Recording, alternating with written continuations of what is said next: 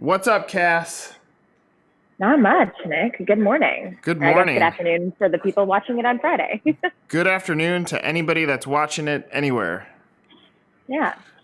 This week we are talking about what? So many great things. Great, coming up next.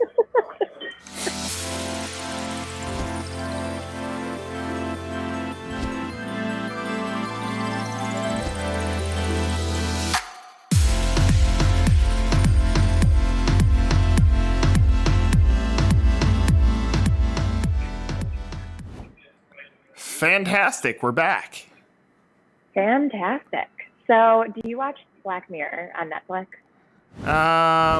Do I watch it? No. Have I put it on for like 30 seconds to try to figure out what it was? Yes. Okay. It's kind of like Game of Thrones for me. I tried watching it. I was so bored that I just turned it off. Yeah, I've Trigger never the even hate mail. attempted. Yeah, it doesn't really seem like my thing. So we're the two perfect people to talk about this. All But right. so at the Emmys on Sunday, they won an Emmy for this interactive episode that I guess that they did. So it seems like it's Netflix. They're going to experiment, and I know that Black Mirror is supposed to be all like weird techie stuff that's happening. And it's cool that something that's interactive one. I still don't really know how you can make it that interactive, but I'll still look into it. Sorry, Netflix. It's not my genre. Bandersnatch. Bandersnatch. That's what it Yeah, says. Yeah, it was like the name of the episode. Bandersnatch. Yeah. It gave, watch this, gave Netflix 27 wins. Amazon had 15, Hulu had 4, and YouTube had 4. Isn't that crazy? Okay. Like, if you flash back 10 years ago and say there's a thing called Netflix and YouTube that are going to, well, YouTube was around, but that Amazon was going to win 15 Emmys, get out of here. Mm-hmm. In a TV broadcast world, things are changing. Don't be blockbustered. Yeah, no kidding. I mean, networks are going to need to figure out a way to keep up with it if they want people to watch their stuff. So we'll see. Oh, I like our celebrity this week. I had a feeling that you would enjoy this. All right, so Drew Brees. It's Sports Drew Brees. There's two E's. Yeah. Drew Brees. Sure, we'll go with that. Drew Brees. He joined the executive board of Franworth. So, yeah. Yep. I saw this. So he now has investments in Jimmy John's Walk-Ons, Happy Irish Pub, Dunkin', and Title Boxing. One for Franworth, I think it's smart. You're attaching your name to a celebrity. It's worked before. It probably does help franchise sales because so many buyers buy on emotion. But I have a feeling Drew is not overly dialed into what's going on. So, I think it's a good name. It's the Peyton Manning or Shaquille O'Neal move. Yeah, I was going to say he's like the Shaq of just franchising specifically if he's going to be a part of all these things. But good for him. Well, and remember the franchising is this club. So to have Drew on your shoulder definitely does not hurt for Franworth for business. So no, definitely not. Still newsworthy though. Interesting that a big name, future Hall of Famer, is connecting into franchising. More athletes continue to dial into it. So. Something that we've been saying for years. Cash money. So Nestle, and this is something that we've talked about a lot, so I don't think it's that surprising, but they're basically, I was going to say beefing up, but that's actually exactly not what they're doing. They're finding ways to bring opposite. More plant-based meat to more places. So obviously it's a trend that's still going to be a thing. The Impossible Burger isn't going to go away, nor is Beyond Meat. So people are still going to be all about it until whatever the next big thing is that isn't, the vegan or vegetarian trend that's happening. But good for them. It's smart. Yeah, it's interesting. I heard a speaker talk last week, and we were talking about just things that have changed with health over time. I asked him a question. I said, what's one thing that you got wrong in the past that you completely believed in that ended up not being true? And I mean, he could rattle off a whole bunch of things.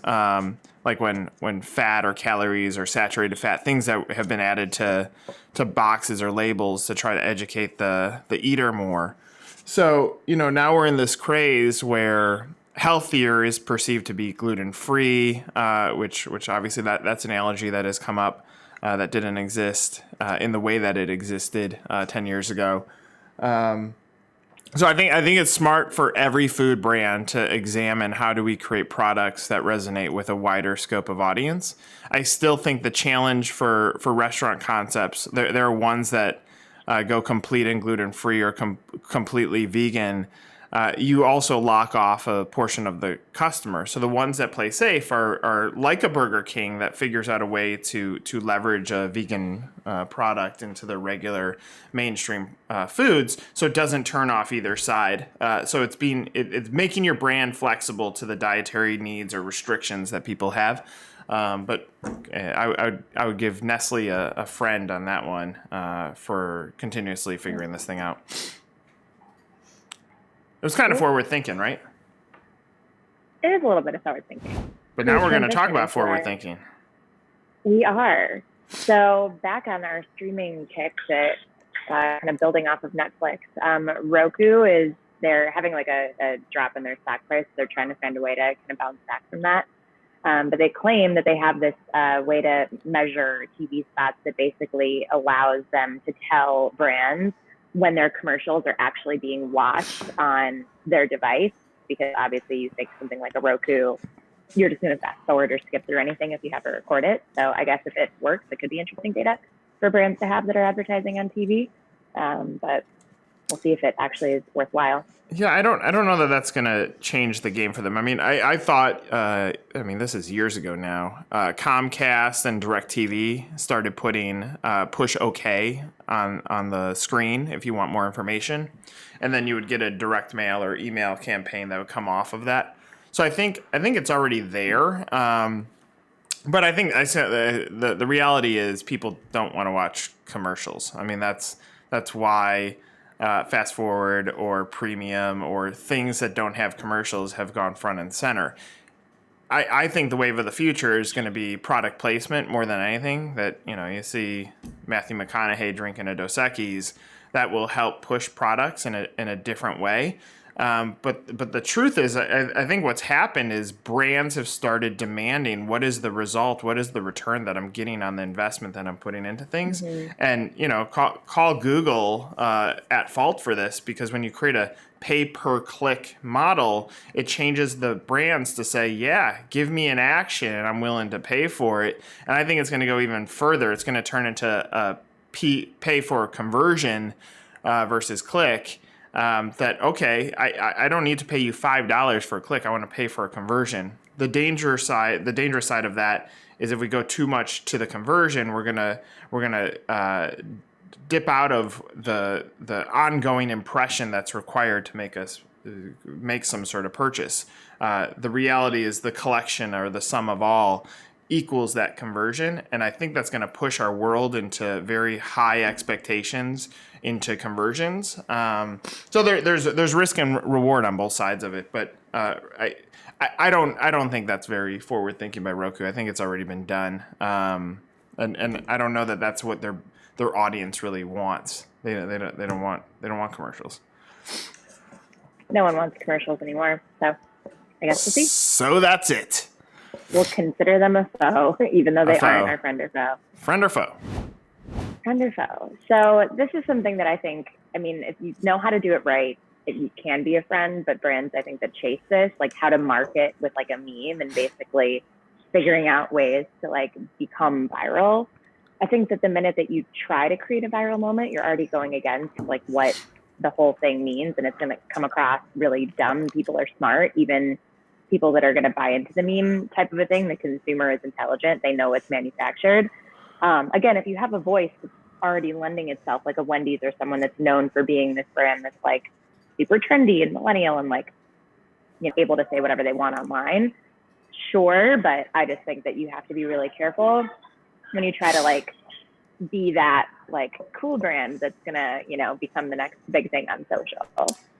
Yeah, I don't think you can force viral.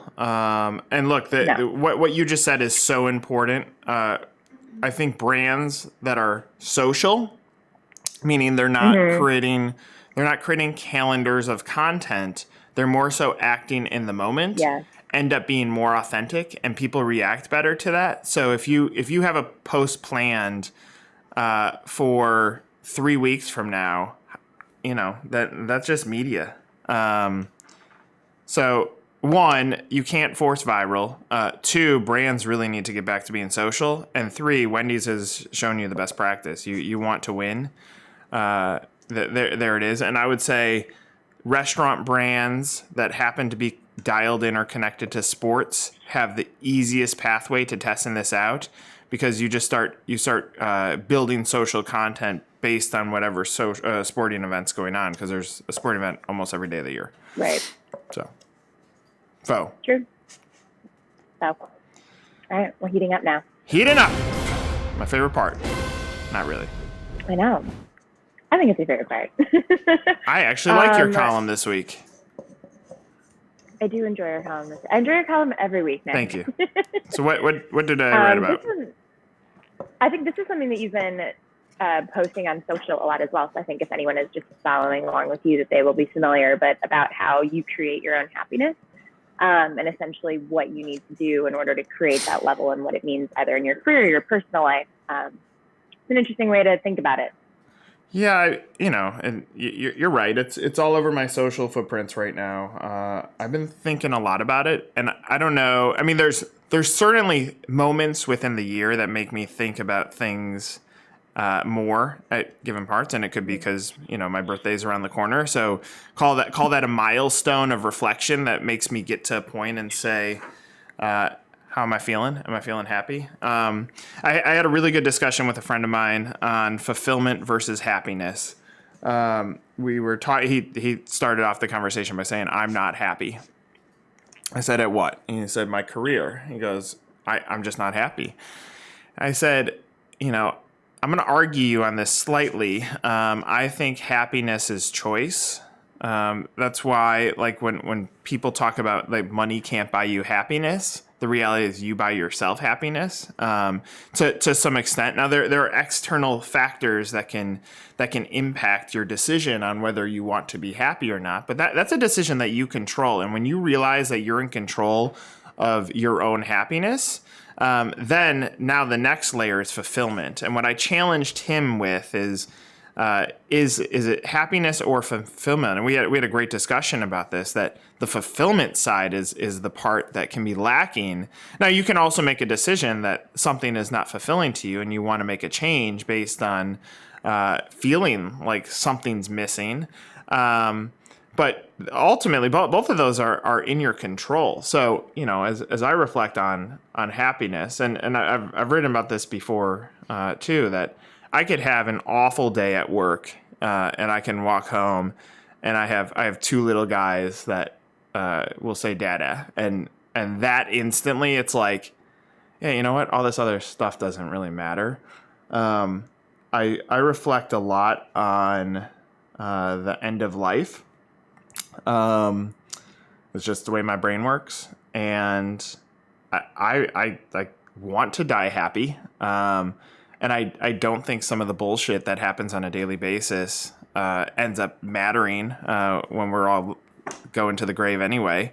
So Yeah. if you can respect the fact that this is borrowed time and you're only on this in this world for a certain period and nobody can predict it, and you take a different approach, you wake up on the other side of the bed, you walk into tomorrow happy. That's something that's your choice. And I think about that every day that I walk into work or I walk into life. I know that I'm in control of how things affect me positively or negatively. You too, Cassie.